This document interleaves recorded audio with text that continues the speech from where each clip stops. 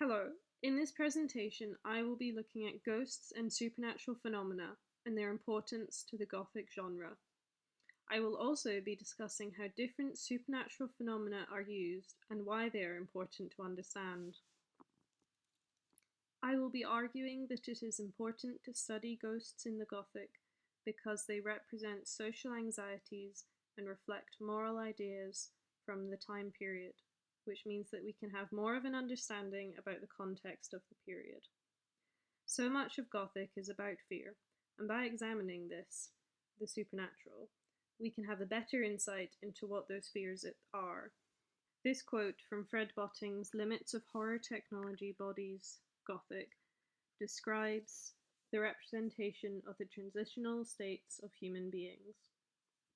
By knowing people's different reactions to horror through different time periods, we can understand better how the attitudes to the supernatural have evolved into technology, as well as understand more about people and their fears.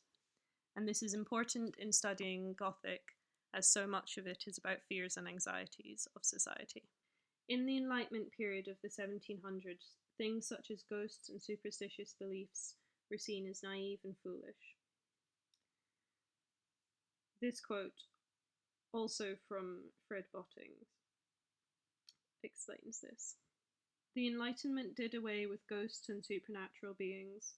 Reason and empiricism bestowed a scientific order on the world and condemned spirits and spectres to a bygone barbaric age of superstitious credulity, a primitive, immature stage of culture akin to childhood.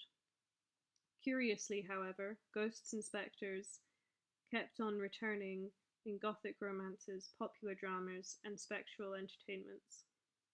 These remnants of a superseded era, like the ruins old and new that litter the country estates, haunted an enlightened present. Ghosts haunting is used in many ways in Gothic. The literal haunting of the characters and places, and the metaphorical haunting from a past era that is more accepting of ghosts and the supernatural. They haunt the enlightened present, and with the outdated ideas that disturb our current ideas. The literal haunted memories of places, ruined abbeys, and such, that hold memories of these times and ideas. So we see that ghosts represent older ideas and times that maybe make us uncomfortable. They also represent our fear of death. Also, at different times in history, we can see how these relationships to death differ, from fear to perhaps more understanding ideas, and to more acceptance of spirituality. And there is less terror found in the encounters with death and mortality. This quote from Phallic Panic adds to this. The ghost is the fiction of our relationship to death made concrete. This quote explains how ghosts are important, also because of how they show our relation to death. Whether that be in a haunted manner like Udolpho, or a more personal haunting like in a modern horror. The Great God Pan by Arthur Machen is an example of how it is important to understand how the supernatural is used in Gothic. It interestingly has an undeniable supernatural events, rather than the suggestions of them that can be found in earlier Gothic texts. The Great God Pan was published in 1894, which is later than texts such as Udolpho and Otranto. Pan represents a sexual freedom that is frightening to the ideas of traditional Christian Victorian values. It is an example of how the supernatural can give power to those who do not have power. Here we see Helen use her abilities to manipulate and destroy men, who at this time held the power in society. It represents freedom in sexuality, as it is presumed she slept with the men who she kills, showing her power over them. Here are 3 quotes from The Great God Pan. I stood there and saw before me the unutterable, the unthinkable, the gulf that yawns, profound between 2 worlds, the world of matter and the world of spirit. I saw the great empty deep stretched dim before me, and in that instant a bridge of light leapt from the earth to the unknown shore, and the abyss was spawned. The fear of the abyss, the unknown, and the idea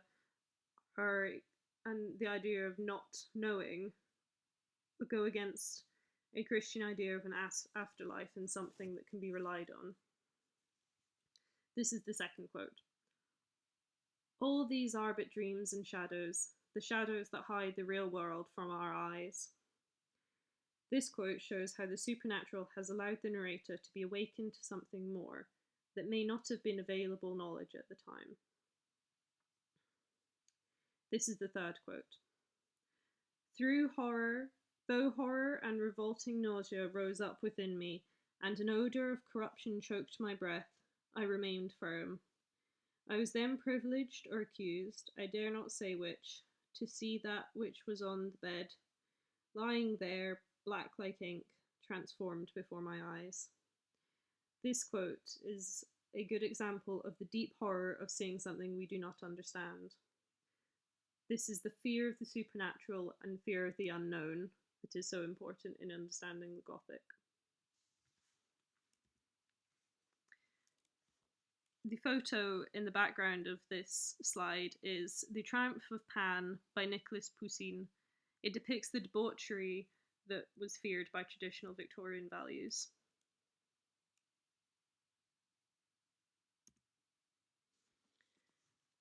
I also want to look at vampires.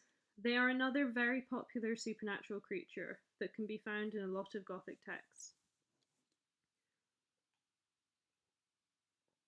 One being Carmilla by Joseph Sheridan Le Fanu, published in 1872. This novel is one of the earliest works of vampire fiction. It has many of the tropes that we still see today, including the female vampire as a seductress. Female vampires work in part as a representation of the anxiety about lesbians taking men away from women, and therefore causing the patriarchy and men to have less power.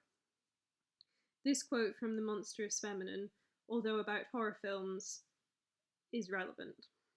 The horror film consistently places the monster in conflict with the family, the couple, and the institutions of patriarchy. The supernatural and Gothic are putting the audiences or reader at odds with their understanding of traditional ideas. The image in the background of this slide is an illustration from The Dark Blue by D.H. Friston from 1872.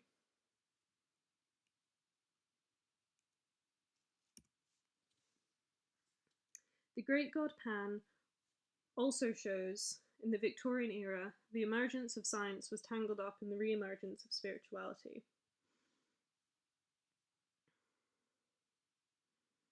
There are religious themes in the great god Pan.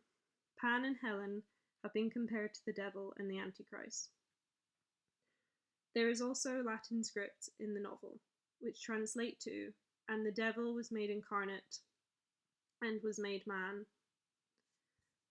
This puts a definite moral judgment on the supernatural occurrences. They are evil and have caused death.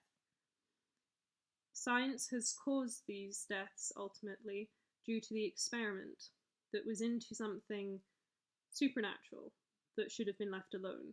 The idea of trying to find the spiritual realm. They brought out the evil. The Enlightenment era of the 1700s encouraged knowledge, much in the same way that science was emerging in the Victorian era.